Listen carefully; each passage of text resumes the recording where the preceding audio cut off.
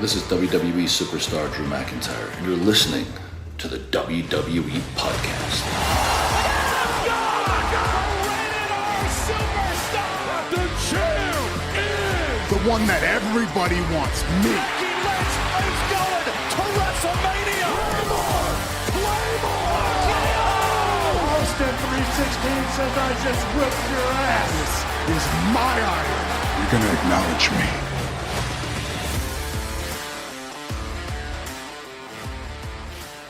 Well, we got our first heel promo from John Cena, the first ever of his career, at least since the Doctor of Thugonomics.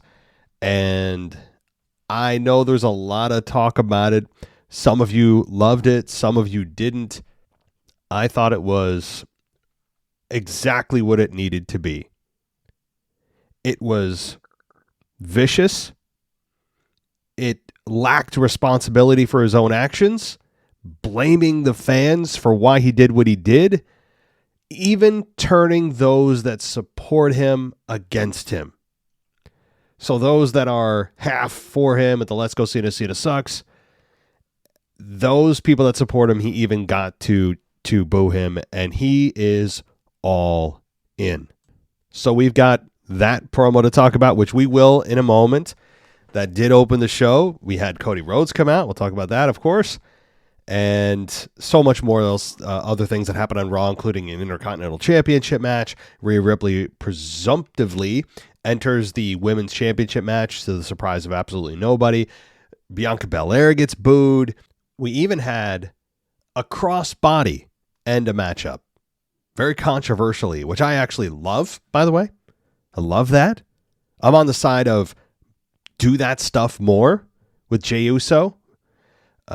Beating his opponent, Austin Theory, and why I think that's a great thing. I really love that. Gunther, of course, does his weekly from behind attack. And so we've got a lot to talk about tonight. No shortage of things as Raw has really heated up now. I don't want to say we're in the home stretch, but we don't have that much time left before WrestleMania. If we look at the calendar, and I'm pulling up right now, we've got 1, 2, 3, 4. 4 more Raws. Of course, 5 more SmackDowns, but 9 more shows total of the main roster anyway, before WrestleMania. It's not a ton of time. So let's get into it. Now, this crowd was hot. This crowd was ultra hot, as expected, in Brussels, Belgium at Forest National. Really just the crowd was great. I have nothing negative to say about them. They played their part, and they played it well.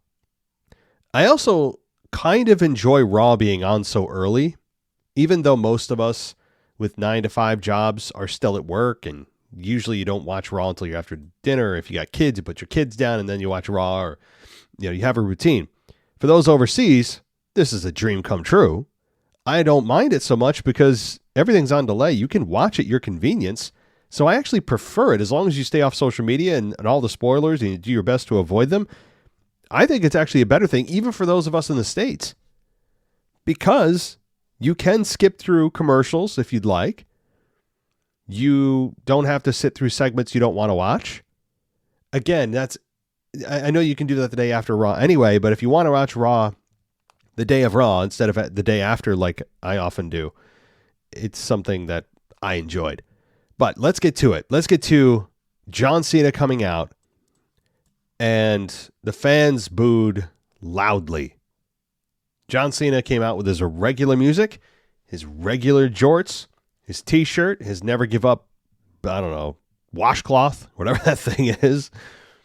And he didn't do his, running to the ring. He had a slower pace to the ring. Let's Go Cena, Cena Sucks chants, and a You Sold Out chant, and he teased picking up the mic and not picking up the mic and dropping the mic. That's the one drawback of a crowd this hot is for those viewers at home, you're sitting there going, come on. You appreciate the energy, and only us U.S. crowds can dream of that kind of sustained energy. But at some point, the viewers at home are like, okay, Shut up. We want to hear from Cena. You know what I mean? It's just, you're almost too good of a crowd. If there is such a thing where it's like, okay, we get it. Can you let him talk? We want to hear what he has to say more than we need to hear chanting right now and yelling. So that's the one thing. If I was to pick anything from that crowd, it's that. And that's almost a backhanded compliment, you know? So Cena said, when someone is properly grounded in life, they shouldn't have to look outside themselves for approval.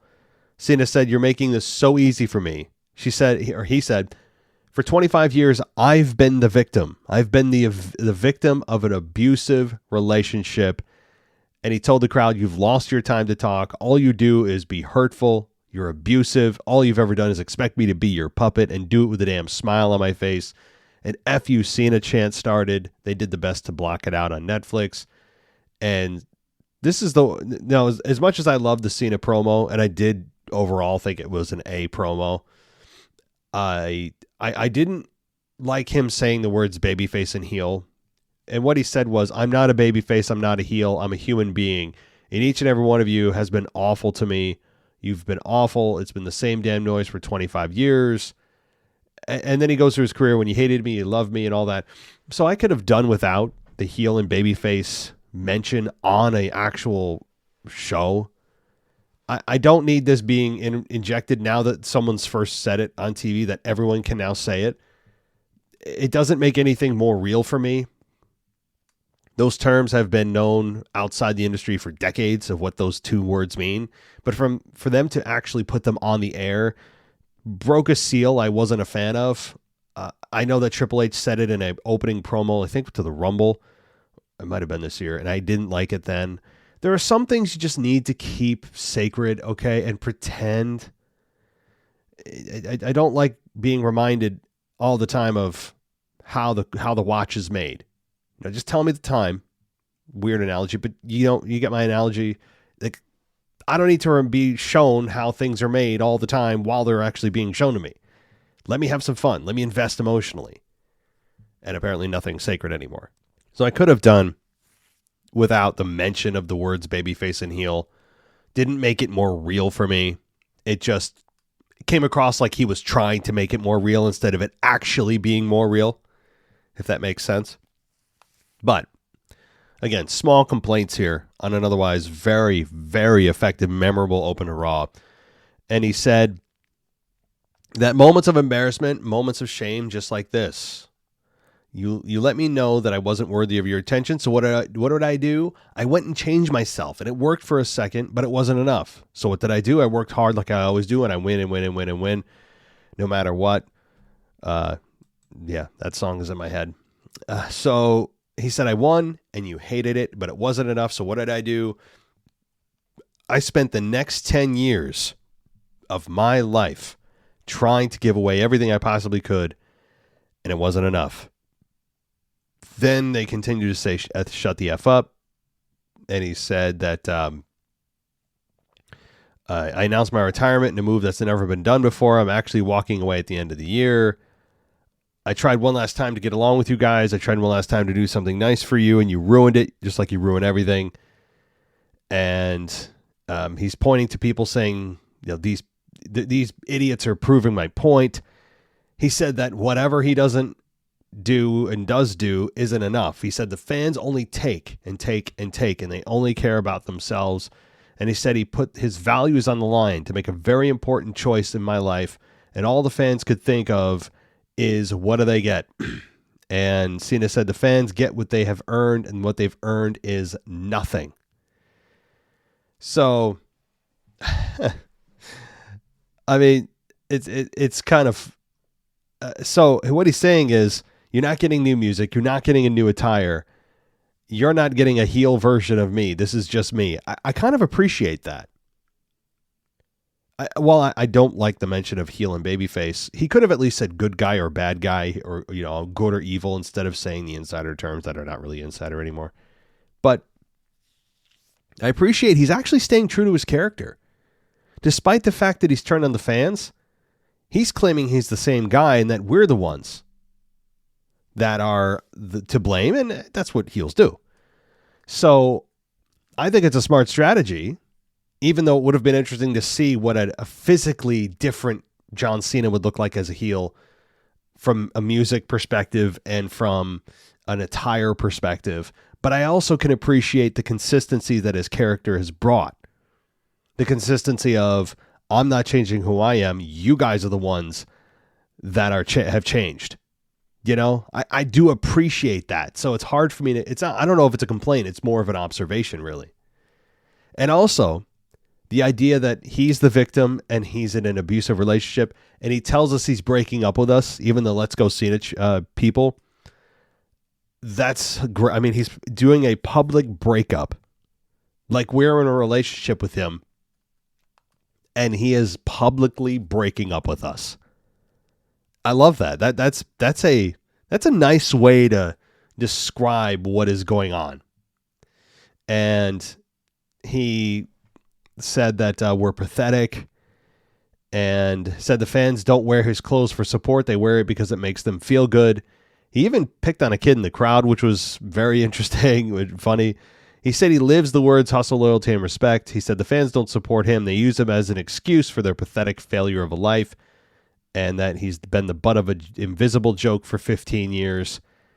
And all the fans have done is sit on their ass and watch him be great, and said it's been a toxic, dysfunctional relationship. He said he's done with us, and he said they know he's right and also know that they're wrong. So an attitude change from John Cena, no doubt. A promo that it's going to live in infamy, not just because it was a really well done executed promo, but because it's John Cena turning heel and we hear from him for the first time. It's a promo that's going to be YouTubed for decades. Is it going to be one of the most shocking moments in WWE history? Time will tell. In 6 months, don't you wonder when we look back what his heel run's going to be? What that legacy of his heel run will do or won't do for him? Are we going to look back in 6 months when it's September, and we're like, oh my God, he's only got a couple months left, and be saying to ourselves, man, I'm so glad he turned heel. That was awesome. Isn't it awesome what he's done the last 6 months since WrestleMania? That was great. Or are we going to be saying, damn, he should have stayed as a babyface. He should have just rode it out, maybe worked with The Rock again and maybe won or didn't win the 17th championship, but had some fun promos with Cody Rhodes. You don't know. I mean, time will tell. But I do wonder in 6 months what we'll be saying about this whole thing. So Cody Rhodes comes out. Crowd went nuts. Crowd is totally behind Cody. And Cody had a shorter but very effective promo. I've got nothing negative to say about him here. In fact, it's exactly what Cody needed to deliver. And he said that I think everybody was willing to hear you out, even myself. If I understood correctly from what you just said, they've given you their worst. Cody said they've also given you their best for 25 years. And Cody said they did that because Cena couldn't. Cody said they've also given Cena their best for 25 years and said they did that because Cena couldn't or could carry it. And then Cena said, listen, kid. And that's where Cody cut him off. And he said, enough. It's not kid. It's WWE champion.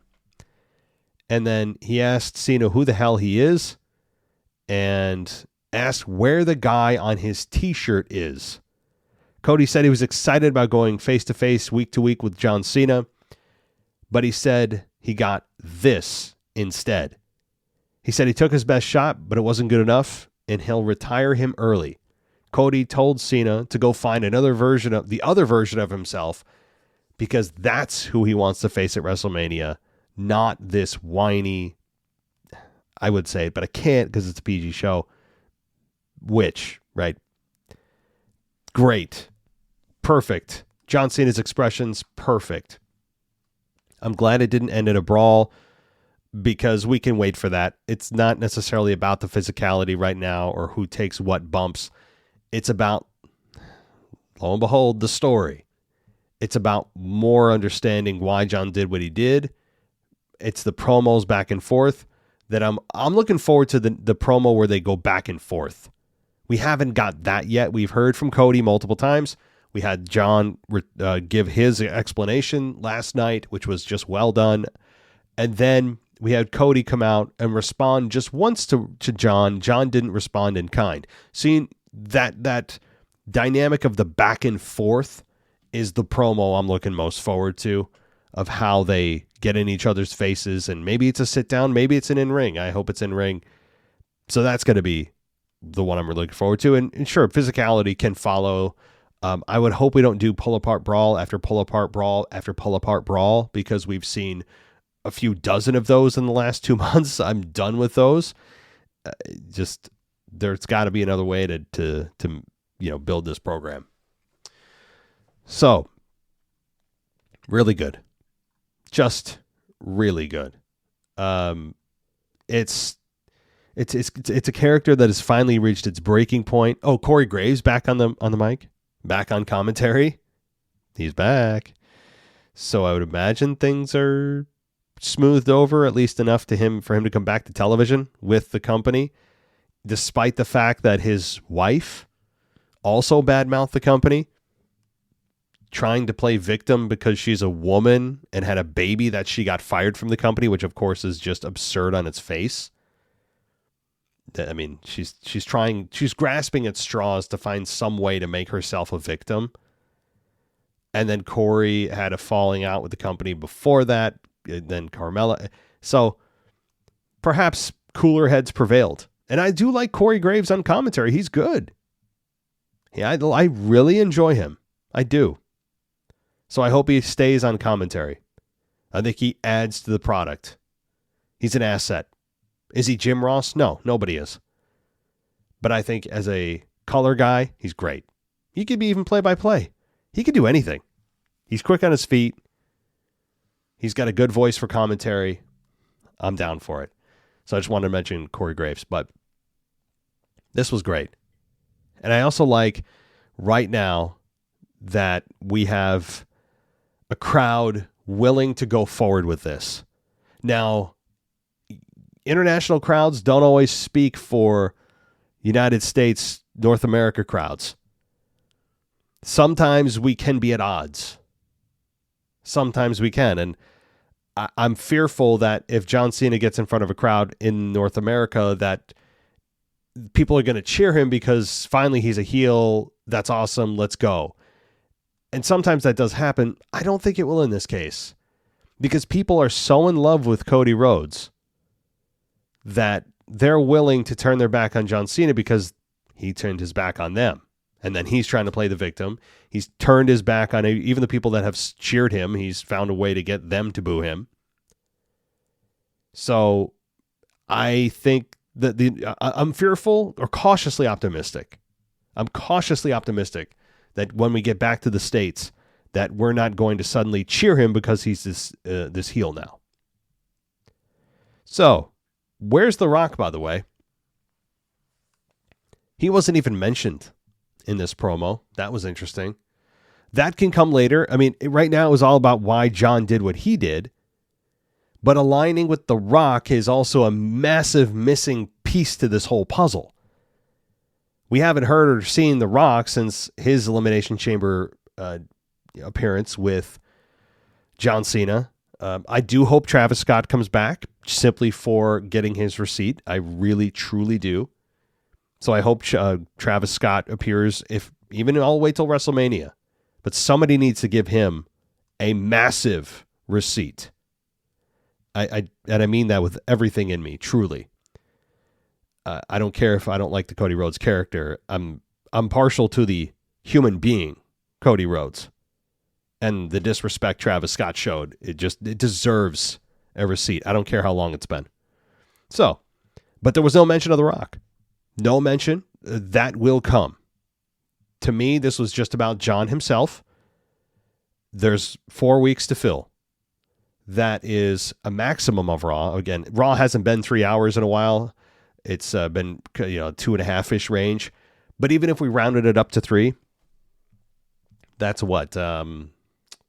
12 hours.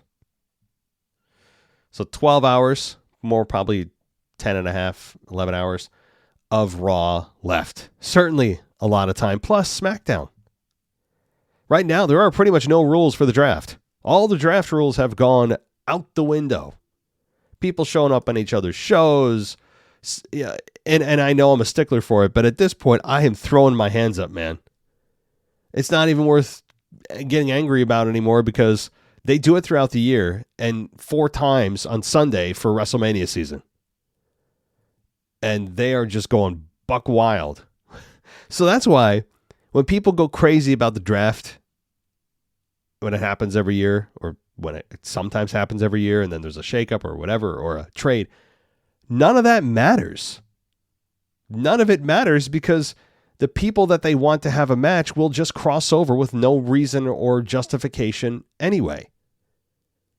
And I don't want to hear about this portal transfer window, wild card rule. Don't even, none of that. All of that is just irrelevant. They just might as well. What they're doing is having a draft, but also bringing people over when they need to and not even worrying about people getting angry that they're not following the rules. So anyway, so John Cena has SmackDown. He has Raw. They can pretty much go wherever they want. The Rock presumably will be coming to SmackDown in the coming weeks to provide his explanation, and John and him could have a promo together as heels, which would be very intriguing as well. And then Cody can come out. And the big thing is, guys, and I keep saying this, Cody Rhodes needs help. Randy Orton is a perfect candidate to help him, except he's going to be facing Kevin Owens. So Randy can't be the guy to cross over. He's already got his own stuff going on. Stone Cold Steve Austin, and I'll continue to say it, and some of you just don't understand why I keep bringing it up, but there is so much evidence that suggests he's at least going to be there for a couple of stunners, not a full match, stunners and beer, and helping Cody. The evidence is he lives in Vegas, so that kind of helps, does it not? Secondly, he has confirmed, WWE sent out an email that he is going to be at for a meet and greet. I think April 19th, like a day and two before WrestleMania. He's going to be there for meet and greets. And you can buy tickets. I forget what it's called, WWE World or wherever they do the meet and greets days before WrestleMania. He is confirmed. They just confirmed him. He's right there. And so even if he has a knee that needs a little more time to heal, he's got another 4 weeks to just, pretend kick somebody and drop on his ass. Not that big of an ask. So the evidence continues to pile up that Stone Cold Steve Austin will in fact be there. It makes me really, really, really want to purchase a ticket to Vegas and go there for WrestleMania. I mean, it's killing me. But then the accommodations, then you're looking at well over $1,000 for an okay seat, for hotel, food, all the airfare. It's a lot. So the money is the restrictive piece on top of time. And anyway, so let's get talking about a little bit more here, as I just spent 25 minutes on the opening segment, but well worth it. So Penta takes on Ludwig Kaiser in a no-holds-barred match. This match goes 10 minutes and 50 seconds with Penta defeating Ludwig Kaiser. No-holds-barred again. So the finish was Kaiser holding Penta's head in front of the camera, and Penta saying, Penta said Penta will fear him. Kaiser slammed a chair over Penta's back. He battled back and then hit the sacrifice on Kaiser's arm. Penta picked up a chair and I give up, you win. That's what Kaiser said. And apparently the referee didn't care. Kaiser took the chair away from Penta, who then kicked the chair. He hit a destroyer on the chair and then hit the Penta driver for the victory. After the match, Kathy Kelly talked to Penta in the entrance aisle. She brought up WrestleMania and asked him what was next. He spoke about going after the Intercontinental Championship. So I like that. There's direction. And Lord knows they've been protecting him for quite some time. He hasn't lost a match. Ultra dominant. Big performance in the Rumble. The momentum is certainly in his corner. So then we get some Finn Balor speaking with Liv Morgan and Raquel in the backstage area. Balor thanked Dom for getting him the title match, and then Dom brought up adding another person to the group, and he said Penta. Balor got upset and said he wants to add someone who's going after my Intercontinental title. Balor called Dom a snake and walked away. And then Dom turned around and told Carlito that he didn't know Penta wanted the IC title. And Carlito said, "You don't watch the show, do you?" Which was pretty good. So Dakota Kai then takes on Ivy Nile. Super fast match here, 2.5 minutes. Dakota Kai beats Nile after the DTK. And yeah, so I mean, it was what it was here. Crowd was really the star of this one because this match, if it was in front of a North America crowd, probably would have taken this one to go. I mean, let's just be honest. They would have taken the bathroom break during this match. There's not a lot of build, not a lot of oomph behind this program, not a lot of interest, and why would there be? No disrespect, but they haven't done much with either woman. However, the next segment was Adam Pearce in the ring with Io and Bianca. And Pearce spoke in French and set up the contract signing between Io Sky and Bianca Belair for their Women's World Championship match at WrestleMania. And then Sky spoke first and said no one will disrespect her because she's the Women's World Champion. Sky said she will still hold the title after WrestleMania. Crowd loved it. Sky signed the contract. Crowd was really behind Io Sky here. Belair and Sky would find out who she is at WrestleMania. Belair said that's who she'll find out. And she said that she'll be the new women's champion. Crowd booed her. And Belair signed the contract. Pearce said the match is now official for WrestleMania. He thanked them. And here comes Ripley. Pearce called for officials. 2 refs run out. And Ripley said Sky slapped her last week and she was going to do something about it, unlike Belair. Ripley asked Belair what she was doing, and she said that she was signing her contract for WrestleMania. And Ripley said Belair had no business being out there during her match with Sky. And then Rhea and Bianca argued. Sky continued to interrupt because she feels disrespected, and she should. Belair pie-faced her. Ripley headbutted Belair, who fell on the table. Ripley powerbombed Sky onto Belair, but the table didn't break. It almost broke. You could see it buckling. I wish she had just kind of jumped through the table. That would have done it. It was so close to breaking. It didn't. It happens. And Ripley picked up the contract, signed her name, and walked away with it. Graves said he didn't know if that was binding. I don't think so. So a few things here. Actually, more than a few things. Number one, it looks like we're indeed going to get that triple threat. It's on the table here. Literally. Figuratively. And that's a pun, I guess. Because while it can't be binding, there is no contract in the world in which that would be legally binding. Rhea Ripley signed her name on a contract that her name doesn't appear on. That would, I make this comparison all the time. And sometimes it happens when someone doesn't sign the contract, gets interrupted, and then someone comes out who's not in the match, signs their name where that person originally was, where right. If your name is John, it's John versus Dan for the world title. Dan signs the contract as the champion.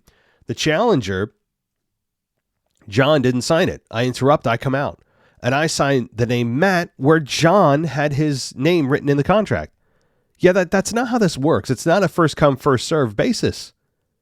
That's not how this works. It would be the equivalent of somebody with a major league contract in baseball, basketball, NFL, NHL. And the owners sign the contract, right? I don't know, making $5 million a year. I storm in the conference room. I take the contract and I sign my name where they were supposed to put their signature, and I say, looks like I'm playing MLB this year. Give me my $5 million. It's not how any kind of contracting works. Even if it's just common sense. It's ridiculous. It's not how things work. But in the world of pro wrestling, this is kind of a level worse, because not only did Rhea Ripley sign the contract, which it wouldn't matter anyway, but she signed it after the two legal women signed the contract. The two women that are in and mentioned in the contract as contractees signed it. It's legally binding. And then someone comes along and just signs their name on it and they're suddenly added. I really hope that they don't pretend that this is legally binding. This is even worse than their typical, the signature was left blank, so Rhea signed her name in there. I really hope that they don't go with it. It's just ridiculous. However, the ultimate result is, of course, going to be a triple threat by hook or crook. However they get there, we all know that's going to happen, and we've known it for weeks. And it's fine. I think it's going to be an incredible matchup. Still would like Rhea versus Bianca one-on-one. Still would. I love Io. I just want that one-on-one program, but I totally can appreciate Io. And in fact, there's a case to be made to have her walk out as champion. A strong case. Really strong case. But so that's number one. Number two, Rhea, how over Io Sky is, continues to grow every week. And yes, it helps she's in an international audience. They always elevate things. They amplify the reactions, so that certainly helps. The Io Sky movement here is quite striking compared to last year, where Bayley was the one that was coming out, trying to get revenge for what Io had done and her group and Damage Control. All that. Dakota Kai turned on her, if you remember. And Bayley was a sympathetic one. This year, people want Io to hang on to it. I don't think anybody wants either woman other than Io to be champion. The majority of the audience, if you listened to him last night, wants Io Sky to retain. So that's number two. This movement for Io Sky continues to grow. And let's see if it can translate in any form or fashion to North America.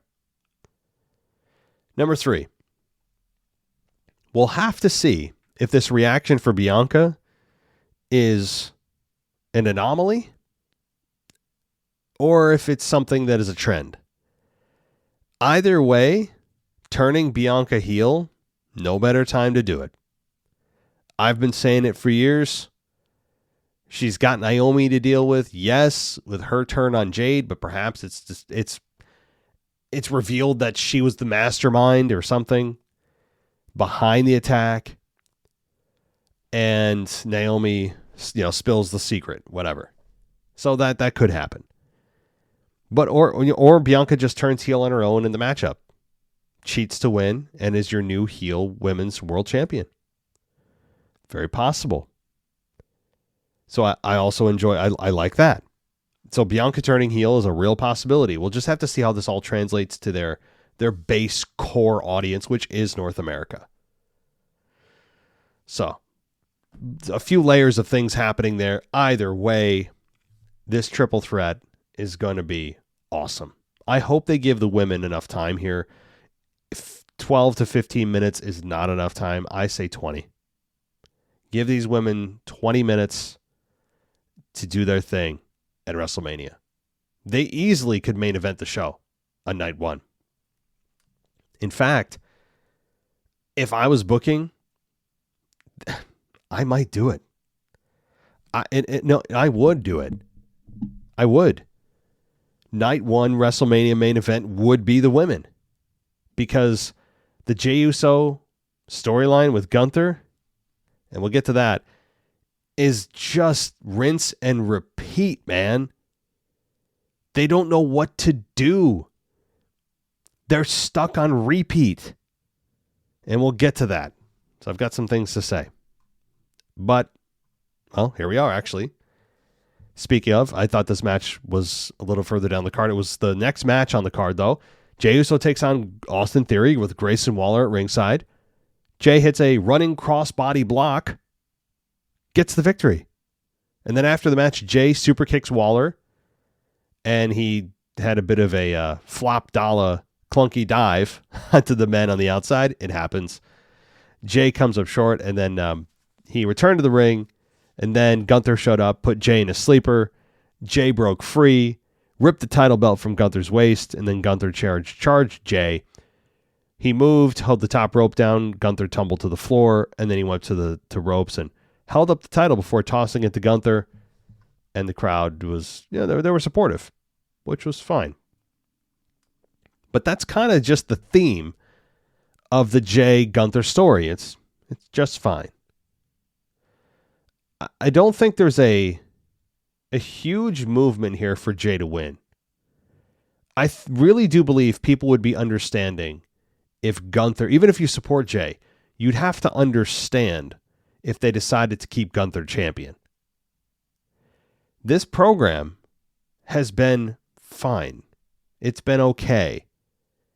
It certainly has not been WrestleMania main event worthy for a build. It just hasn't. The women, as I just went over, have a significantly larger amount of momentum and interest than does Jay and Gunther. And there's several reasons for that, I think. Number one, we just saw this match a few months ago where Gunther beat him. Number two, people, even if you won't admit it, enjoy Gunther as champion. I think most people do. Gunther is on the rise. He's got a long way in front of him, which may tip the scale in the favor of Gunther to retain because he's not a veteran at the end of his career.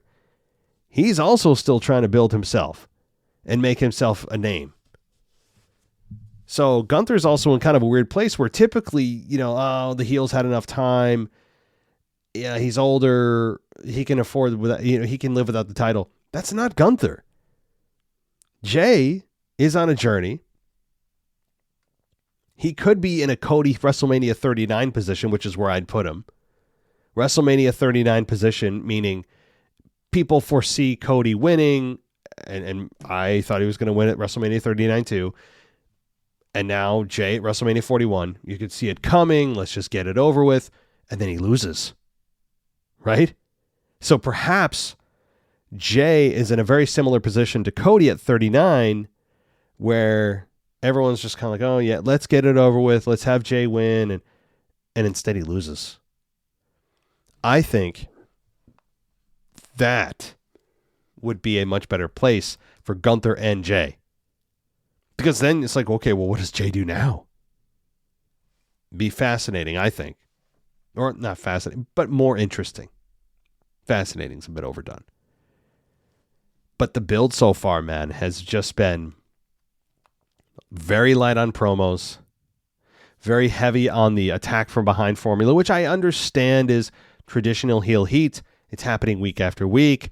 Gunther continues to put him down. This week he grabbed the title in symbolic fashion. Now what? This program needs help. If they have any hope of actually making this the main event of WrestleMania Night 1, there needs to be some overhaul of the structure of Raw, where you have to gamble on a really good story woven throughout the show about the championship. Maybe a tag team matchup with Gunther and a partner of his choosing versus Jay and a partner of his choosing. Maybe it is, I don't know, Jay could pick up Jimmy and have Gunther and Kaiser team. I mean, it's a little predictable, but something along those lines. There needs to be more substance. This program is slightly boring. And I shouldn't be feeling about a slightly boring WrestleMania main event.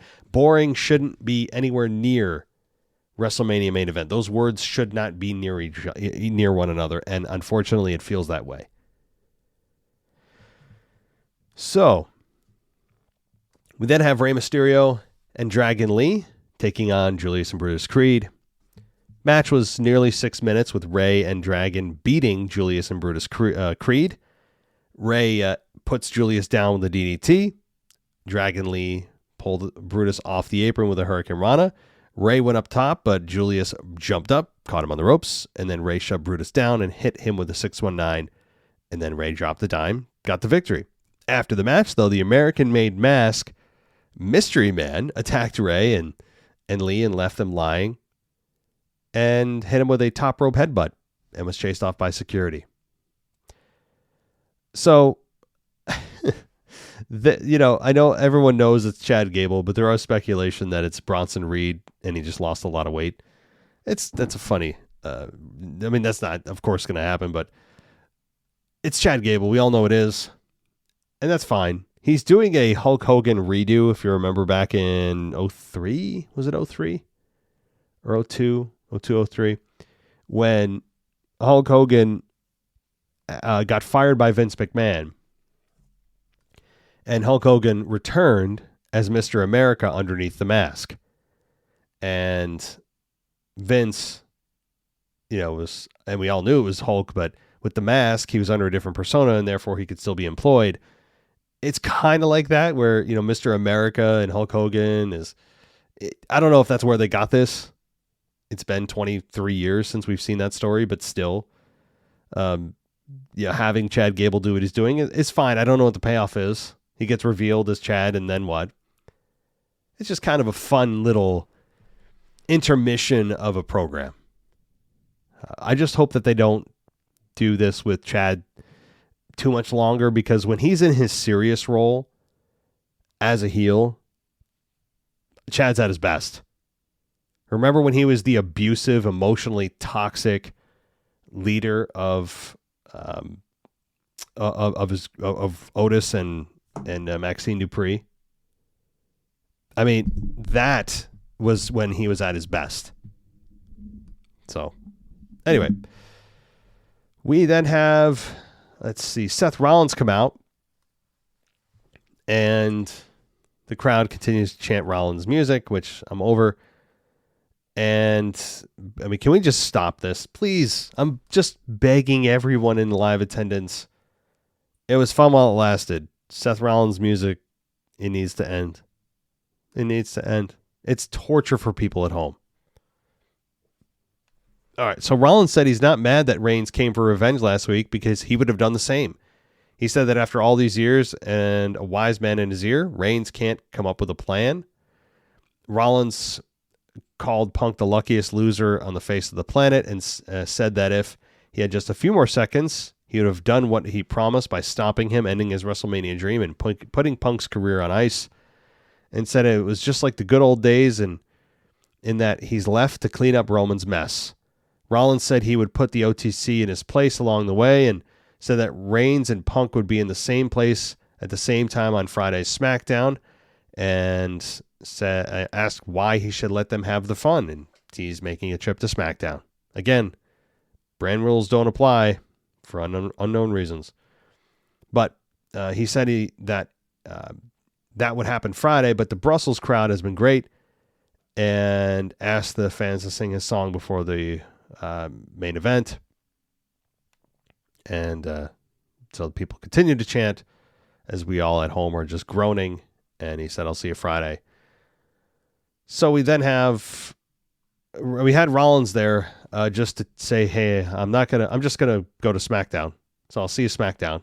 It was just a big promotion for see you Friday. But I still am concerned that this presumed match with Rollins and Punk and Reigns is all for a big nothing. You would think that the favor from Heyman is bigger than this, unless it's coming later after WrestleMania. It can't just be an empty triple threat match. Nothing on the line, just pride. It can't be. You can't take three top talent that could easily, in their own rights, main event WrestleMania on their own with an opponent and throw them in a match. They're all three big names, but throw them in a match just to have a match with three big names on it with no consequence for who wins. There's more to the story. We're missing more pieces to the puzzle here. I feel like we have three big pieces if this is indeed a triple threat, but we don't have the rest. We've got the three faces, but what's the environment around them look like? What's on the line? There has to be more. Is it a future title opportunity? I hope so. I hope it is. I hope it's a future title opportunity because that would make sense. All right. We then have AJ Styles interviewed by Kathy Kelly. He started to talk about Logan Paul. And we had Karrion Kross interrupt. And Kross asked Styles why he couldn't find respect for a kid who walked into the business and accomplished what Styles did in record time. And Styles said he saw what Kross was trying to do and wasn't going to work. And that was that. We then have a video package air on Triple H making his comeback from his quad injury and returning at Madison Square Garden. And he plugged tickets for the Hall of Fame on April 18th in Vegas. So then we have Braun Breaker, Finn Balor, Intercontinental Championship. Match went 12 and a half minutes with Braun Breaker beating Finn to retain the Intercontinental Championship. And a really decent match here. But the payoff, or the big angle here, was Dom, quote unquote, inadvertently screwing over Finn by hitting the ropes, causing Finn to land on the turnbuckle between his legs. And that allowed Braun Breaker to knock Dom off the apron, hit a spear on Balor, and retain. And after the match, Dom and Carlito attacked Breaker, and he went to ringside. Dom did. He went to ringside, grabbed the title belt, brought it back to the ring. Penta comes out and roughed up Dom and Carlito. Breaker recovered and speared Carlito. And it looks like we're getting potentially a fatal four-way for the Intercontinental title at WrestleMania. Because Penta wants a piece. We have, we have Dom potentially in there somehow. And you could add Carlito. Although, I mean, I don't think he's a big enough name to even be close to believable to be a real contender. So maybe it is Penta versus Breaker. Yeah, that's very possible. But two baby faces right now, you got to have Finn in there. So perhaps Finn is added as a triple threat. Maybe not a fatal four-way. But a triple threat with Finn, Finn, Breaker, and Penta. Man, that's going to be presumably an excellent match. A lot of, if you notice, multi-man matches here. This is a potential triple threat with the Intercontinental title. The women's match is all but confirmed for the women's world title anyway, a triple threat between Bianca and Rhea Ripley and Io Sky. And then the presumed triple threat with Punk, Reigns, and Rollins for whatever the hell's on the line. We don't know yet. So this is so far, again, nothing's 100%, but it looks like those three matches are being lined up for triple threat, triple threat, triple threat. I don't know. Sounds like a lot of triple threats that they have to kind of pare down a bit. So, really good Monday Night Raw here. One that is mostly going to be remembered for the promo from John Cena, the quick interaction with Cody Rhodes, the crowd that continues to just torch it, and maybe the Intercontinental title match. I don't know, but this was one that moved things forward in a way that made you excited to see the next show. Especially, looking at SmackDown and what Rollins could do there. Does The Rock potentially show up, although he's not advertised? We've seen The Rock show up unadvertised before. That's something he does do. So keep that in mind.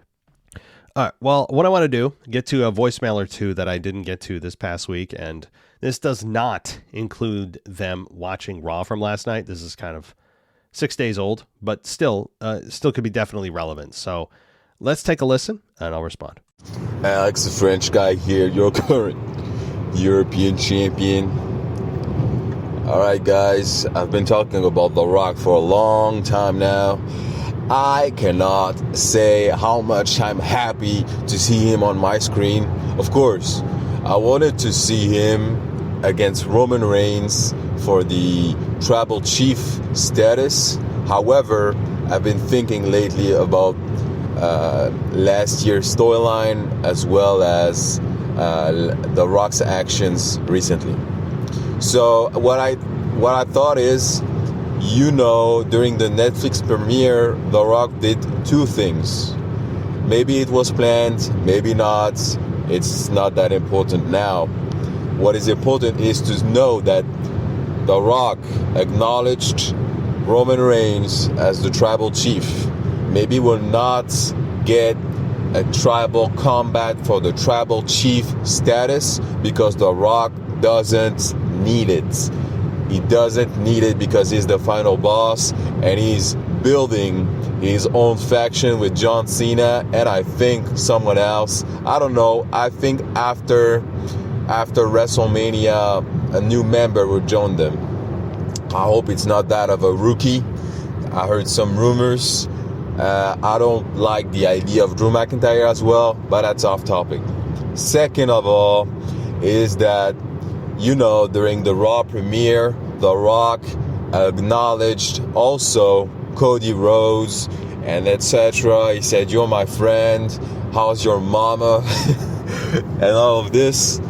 And maybe he did this to write the storyline of him against Cody Rhodes as the final boss. I thought at the beginning he did all of this SmackDown promo that was kind of mid.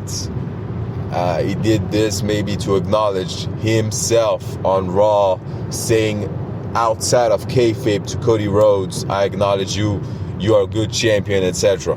But I want to see more. John Cena heel is definitely something I'm signing for. But Roman Reigns versus Seth Rollins, nice. Roman Reigns versus CM Punk, nice. But triple threat match, I don't know. Maybe it's just the beginning of a storyline between Roman Reigns and Seth Rollins. Bye, guys. Alex, thank you, buddy.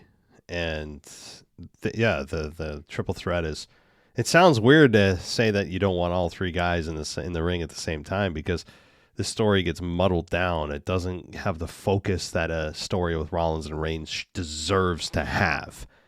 I also appreciate you bringing up the fact that it could be, that The Rock doesn't need to fight to be the tribal chief. He's the final boss. He's on the board of TKO. What the hell would it matter if he's the tribal chief? And is he going to fight for the Ulafala? I mean, him and Solo already did that. So it would be nothing more than just a match about family and who's the head of the table. Now, what the difference is between being the head of the table and being the tribal chief, I know those are all just, splitting hairs. But that match isn't on the table this year. Again. So looks like, just like we say every year, this is just becoming an annual tradition. It's a WrestleMania tradition to talk about a WrestleMania match that's getting kicked to the next year. It's just become a WrestleMania tradition since WrestleMania 37 to just say that The Rock and Roman Reigns is going to happen next year. So in keeping with tradition, looks like we have to wait till next year. So, it's a good point. I appreciate all the observations. All right, let's see how many more we can do here. This is DJ Kuzmo back at it again on your Mailbag Show. Record you live on a Wednesday morning, and you know what time it is. It's time to say his name and he appears. I believe in Joe Hendry.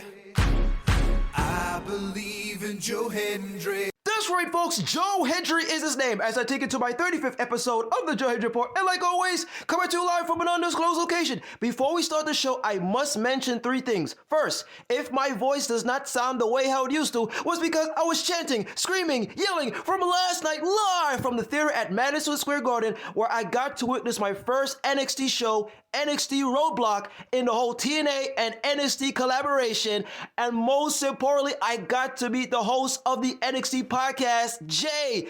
I got to meet him and his dad before the show started. We took a couple of pictures. We shared some, just shared some information. You're going to catch me on his show later this week on the NXT podcast. So stay tuned on the WWE podcast. Now, I also want to mention that last night, as I was screaming, yelling, and chanting, I got to witness not just history, but her story as Stephanie McCool defeated Julia to become not just the NXT Women's North American Champion, but the NXT Women's Champion. Now she has 2 belts. What does this mean going forward? Stay tuned on the NXT podcast to get more information about that. I gotta say, hopefully NXT comes back to New York City because the crowd was amazing.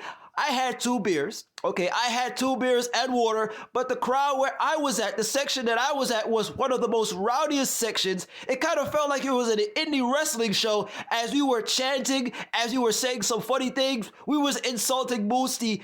I believe he's the X Division champion. We called him Baldy, and you're still bald.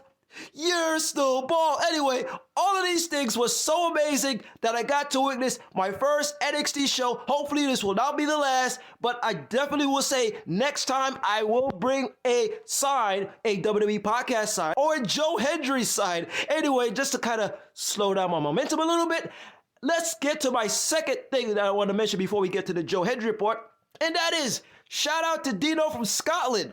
Dino mentioned in the Discord chat that none other than Joe Hendry will be having a live concert on March 24th down in Glasgow, Scotland. Did I say that correctly?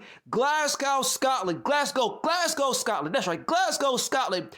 Joe Hendry will be doing a live concert. It will be in collaboration with DJ Mark Henry. You heard it here, folks. Mark Henry is a DJ.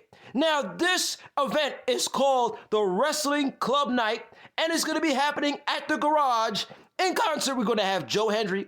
We're going to have a whole bunch of bangers. One of your favorite wrestling theme songs will be played at this event. So if you're in Scotland, like Dino, if you're going to be in Scotland, hopefully you can see Joe Hendry live in concert. But also, this is very interesting because March 24th will also be a WWE Raw from the same location in Glasgow, Scotland. Now, John Cena supposedly is supposed to be on this episode of Monday Night Raw in Scotland. Will we get an appearance of Joe Hendry to go face-to-face with John Cena to come to the aid of Cody Rhodes? Let's see. But this should be some interesting times as we get ready on the road to WrestleMania, March 24th. Remember this, folks. March 24th, Glasgow, Scotland. John Cena is going to be on Monday Night Raw. We might get an appearance of Joe Hendry, but most importantly, Joe Hendry will be having a live concert after Monday Night Raw with collaborations with DJ Mark Henry. Now let's get to the Joe Hendry Report, episode 35, as we are on the road to TNA Sacrifice that will be happening March 14th, live from El Paso, Texas.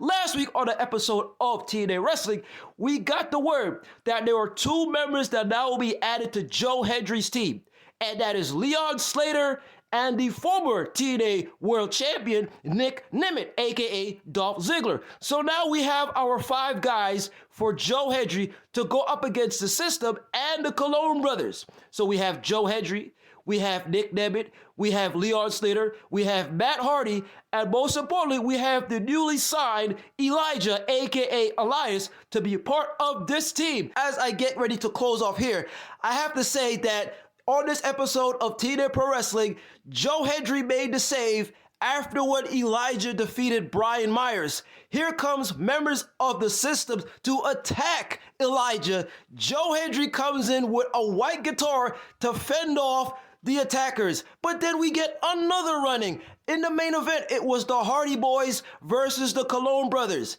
The match got disqualified as members of the System came to try to beat down on the Hardys. And then here comes Elijah, here comes Leon Slater, and here comes Joe Hendry to make the save. But here comes the Director of Authority, Santino Marella, and he made a big bombshell announcement. Not just that this will be a 5-on-5 match this coming Friday in El Paso, Texas at TNA Sacrifice, but this will be the first ever in a long time, a steel cage match. So we're going to have this 5-on-5 in a steel cage. The last time that TNA had a steel cage match was way back on August 25th, 2018 in a matchup between Sami Callihan and Brian Cage. Now, this is so fun because this week we had a couple of steel cage matches in professional wrestling. AEW had their steel cage match at AEW Revolution, in which we had none other than Kyle Fletcher versus Will Ospreay. Then this past Monday Night Raw, we had a steel cage match of Seth freaking Rollins versus CM Punk. And now on this Friday, we're having this 10-man tag team match, including Joe Hendry's team, inside a steel cage. If you are a fan of professional wrestling, this is awesome. But anyway, as I get to close off here, and we got our teams, and we're getting ready for TNA Sacrifice this coming Friday, live from El Paso, Texas. Always remember to believe, say his name and he appears. Always remember the words that Joe Hendry says, anytime, any place, at any show. And most importantly, always remember to do this. Wave your hands from side to side and say, oh, I believe in Joe Hendry. Joe Hendry is so prestigious. Once again, this is your guy, DJ Kuzmo. Have a blessed week. Be kind to one another. Stay safe, my friends. Believe and peace. Well, DJ, first of all, jealous that you were able to make the NXT. I wish I could have. And glad you had some fun. I do take exception to the Baldy comments. As a very, very high-level member of the Bald Club, I take offense to this. You know, I'm very much that's my identity. That's very much a part of who I am. So chanting Baldy in a demeaning way, I take very high offense to that. Although I could grow my hair out, boy, it would look ridiculous. I mean, if I did, it's not that I wouldn't be bald. It's just I got my mother's father's hair, which apparently is like a thing. So everybody else in my family, everybody else, even my grandfather, my dad's side, he had a full head of hair until he died at 90 years old. Full head of hair. But I got my mother's father's hair, and I got the exact haircut that he died with. So anyway, saved me a lot of money on haircuts. However, thank you for that update, and I'm glad you had some fun. If you ever make a sign, I mean, obviously you don't have to do that. I mean, everyone, I'm not giving anybody a homework assignment to do that. If anyone does that, I highly appreciate it, and certainly take a picture. But yeah, so cool. As far as Joe Hendry, first of all, I didn't know that Mark Henry was a DJ. That's a fun factoid. And then he and Joe Hendry putting on it's the wrestling club at the Garage in Glasgow, Scotland. Didn't know that. So shout out to Dino as well. And that is the same site for Monday Night Raw that night. I don't think that's coincidence. Joe Hendry, John Cena. That would be a fun interaction because yes, it's about Cody Rhodes, but Joe Hendry, even if he teamed with Cody Rhodes against John Cena and an opponent for a Monday Night Raw, boy, that even if it's not a match, it could just be a beatdown save, as you said. Get me excited. It's going to be a fun road to WrestleMania. We're not even, we are getting close to the end, but 4 weeks is still a significant amount of time. So thank you so much, DJ. Final voicemail. I think this is Brad. What's Brad got to say tonight? Hey, Matt, it's Brad in Florida. Two quick things. Number one, I was thinking about, everyone's obviously talking about this John Cena heel turn. It's the biggest thing ever, which, obviously it's huge. And then now everyone wants Cody to go heel. It's just something, I know you've spoken about it quite a bit, but to me, man, Cody shouldn't go heel for another, 10 years and literally should replicate the exact thing that happened with John Cena and him 10 years from now to probably some kid who's like in high school now, who is the future or the next Cody or whatever. I mean, that would be really poetic. I just can't see them giving up on this nightmare character. I actually really like Cody after what I saw from him at Elimination Chamber. even more than I did previously. I'm always a big Roman guy, and I usually like heels, but I love Cody, man. I got a lot of sympathy going against this, demon force, this Illuminati force of Cena and Rock, and of course that demon Travis Scott. But here's the thing that I wanted to bring up to you. The third man. How much would people's heads explode if the third man to go with The Rock and Cena is Vince McMahon? How amazing would that be that we find out the third person who's behind all of this in conjunction with Rock is Vince? It makes perfect sense. It would be so insane. It would literally be the biggest headline story. Like, this would supplant, like, regular sports stories if Vince was the third person. I mean, this makes the story just absolutely gigantic. And people thought there was no way CM Punk was coming back. Vince's lawsuits are done. I'm not saying he's going to come back, like, to be a real major part of this company, but just for this storyline, if they could somehow make a deal with him to come back and he's the third man, wow. I mean, now you're really, really, really talking. Would love your thoughts on that. Vince McMahon is the third man. Unbelievable scenario that would be. Thanks, Matt.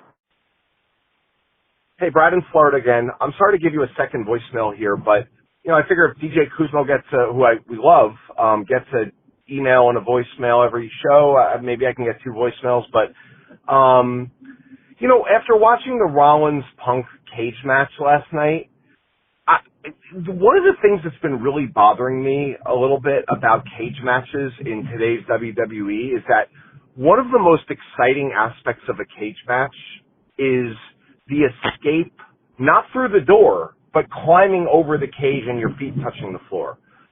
Since when did that completely disappear from a cage match in WWE? I mean, why is it just walking through the door or a pin? I remember cage matches back in the day where you could only win by climbing out of the cage.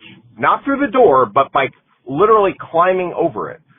I just miss that. I think that's a really fun way to end a cage match. There's so much drama with the climbing and getting pulled down potentially, or they're over the top and they get kind of sucked back in. I don't know, man. I just wish that was still part of the modern cage match in WWE, but that's all I have. And, yeah, man, that and my other points. And thanks, Matt. Bye.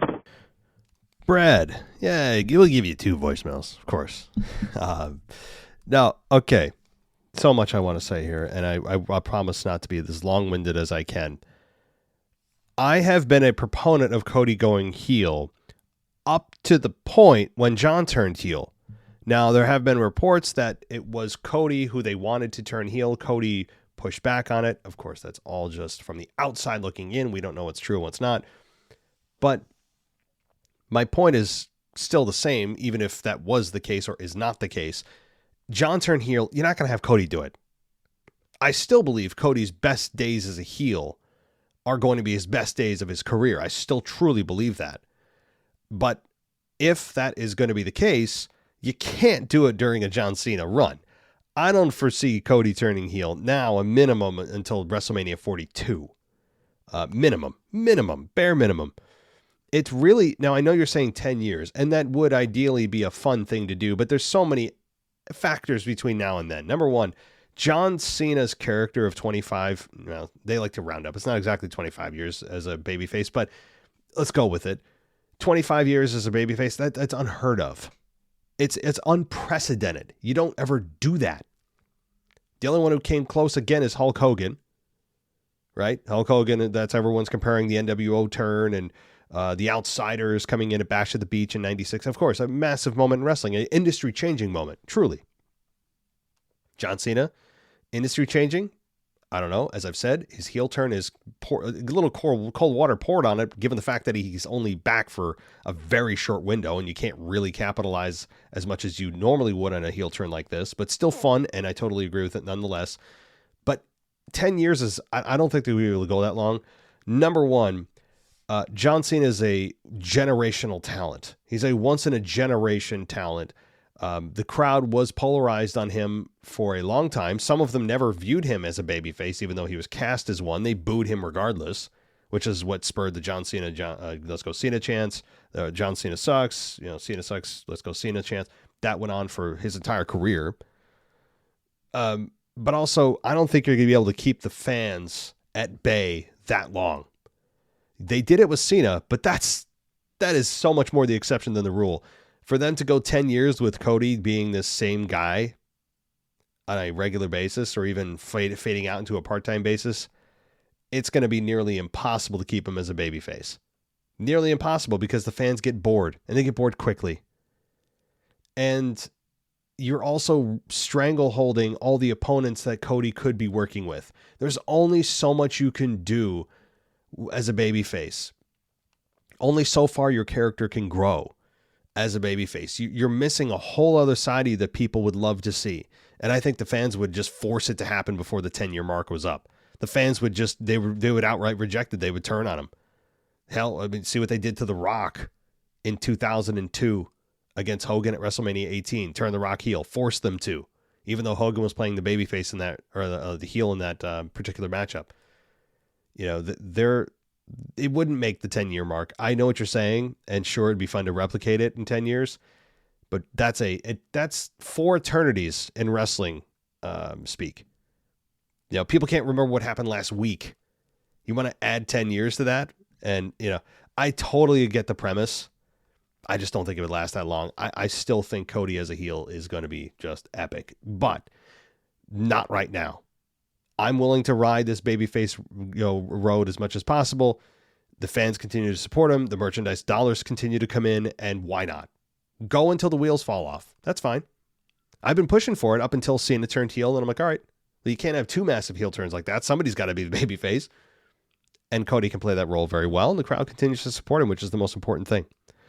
One thing I do want to say, and it wasn't anything you asked, but before I don't remember to say it, I want to mention it, and then, yes, I will answer you about the third man being Vince McMahon, which is just a crazy-ass idea. Jey Uso, I meant to say, his victory with the crossbody was an awesome thing, because while people lost their minds over it and said it was ridiculous, it adds a layer of, hey, matches can end at any time. Anytime. And what the hell does it matter for Austin Theory? Austin Theory is doing nothing and going nowhere right now, so who the hell cares? It doesn't help or hurt Austin Theory. It does nothing for him. It also adds an element of, wow, okay, a finisher doesn't have to be the thing to end a match. Cool.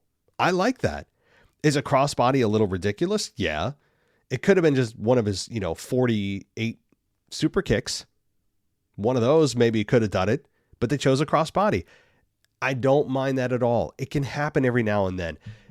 Educating your audience that it doesn't have to be a finisher adds a lot of intrigue to when matches go longer. It doesn't have to be a finish that ends the match. It'll make you pay attention more to the match than just waiting for the quote unquote finish sequence. Because that finishing sequence, you can feel coming. You see it, you back and forth. When they start to try to attempt their finishers and it's reversed and reversed, and someone finally hits one, but then it's going to be kicked out of because, hey, everyone kicks out of finishers these days. When it can be just a regular move that ends a match, it actually makes sense. It makes sense. And I think it does nothing but add intrigue to matches generally. All right. So, your question, and I'll end with this, and I'll end this podcast or this episode with this answer. Vince McMahon being the third man to align with The Rock and John Cena, it would be earth-shattering. As you said, you talk about, this would be bigger than Stone Cold coming back and stunning The Rock, which in its own right is going to be, and I think it still is going to happen. It's going to be massive news and hilarious and bring back all the feels and give us goosebumps, even though we know it's all coming. It doesn't matter. It's going to be awesome. That's, still is what it is. But Vince McMahon, given all of the controversy, as you said, all the lawsuits that are seemingly wrapped up, and he's put that behind him, Vince McMahon being the guy would be, there's no other way, earth shattering. Like you said, not for him to come back long term, not for him to be involved on a week-to-week basis or wrestling, of course not. But to hear the No Chance music hit at WrestleMania, people would lose their minds. And I think he would actually get cheered. I think at first people would cheer him because, like, oh my God, Vince McMahon's back. I think he would get an incredible ovation, despite the fact I know a lot of people listening to this would say, Vince is the devil. He's Satan himself. Yep. Okay, fine. You say that on the show, right? Or you say it as a listener. If you're in the arena at WrestleMania and Vince McMahon is revealed as the third man to maybe the mastermind behind the whole thing, and he comes out, if you hear the No Chance music, you are screaming like the rest of the men and women and girls and boys in the audience. You're going to lose it. I don't care how much you sit here and you say you hate him. You would, because it's that big of a moment for the guy that used to own this company to come back just for even a night and have a spot in the show.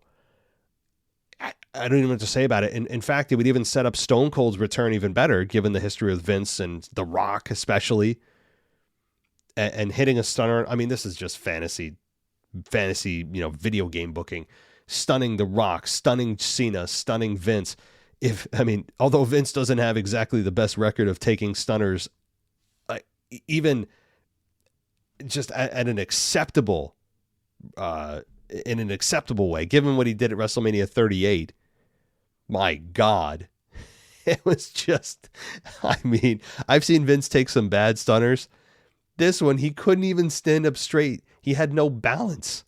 So I do wonder about Vince's actual health. Again, I don't want him wrestling. Nobody needs him wrestling. I've seen him walking with a cane as of late, so I don't know what that's about, if that's even, anything major or not.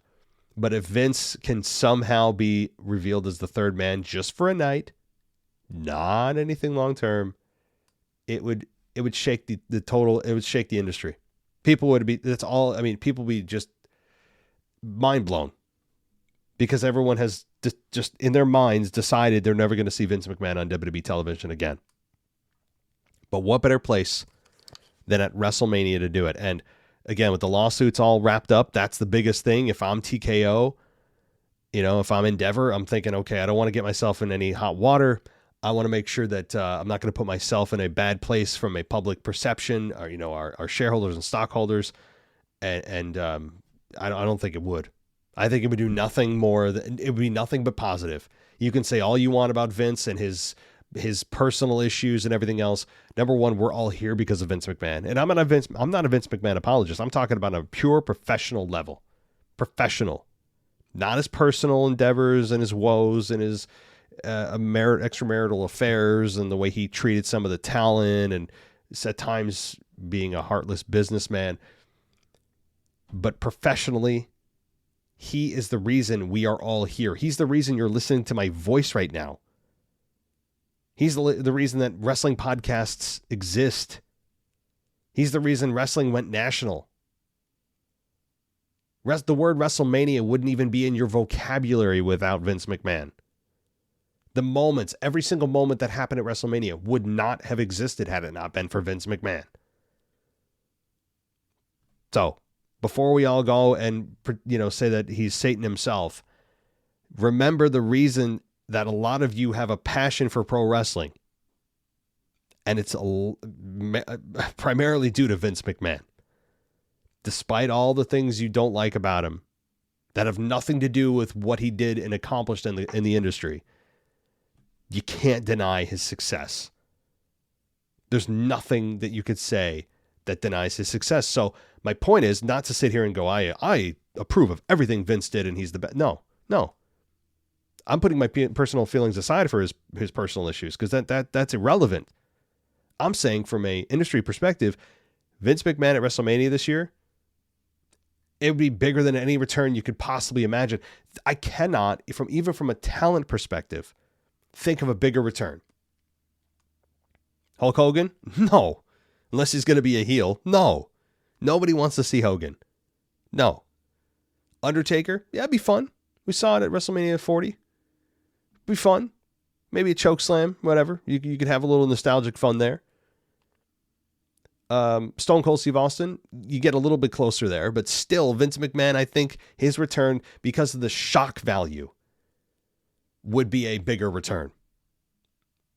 Boy, all right, you've got me all hyped up for something that is unlikely, but in this era of Paul Levesque and thinking long term, and with his lawsuits wrapped up, not out of the realm of possibility for a one night only thing with Vince and then see you later. Vince wouldn't say no to that. This is his baby. This is WrestleMania. And now, Brad, you are forcing me to look at plane tickets for something that probably won't happen. But boy, is it fun to think about. All right, well, that'll do it for me. Guys, I hope you've enjoyed this Monday Night Raw review / voicemail response to the listeners. I appreciate all of you. DJ and Brad and Alex, thank you all. And to all the emailers and voicemailers that get to us throughout the week. That'll do it for me. I hope you've enjoyed this. Go to patreon.com/WWE podcast if you want to go ad free. That is the place to go if you want to get everything you've just heard without the commercial breaks every 10 minutes. Good place, as well as Apple Podcasts. Click that subscribe button and go ad free there. And that'll be doing it for me tonight. I'll see you guys on Friday for more mailbag. So if you want to send in your emails and voicemails, you can do that. Mailbag@WWEpodcast.com, or you can call us. That number's in the description notes of every mailbag show. Thanks, everybody. Talk next time. Thanks for listening to the WWE Podcast. Don't forget to subscribe on your favorite podcast app so you don't miss a show, or head to WWEpodcast.com. And for all of these shows ad-free, head over to patreon.com/WWE Podcast. Until then, we'll see you next time.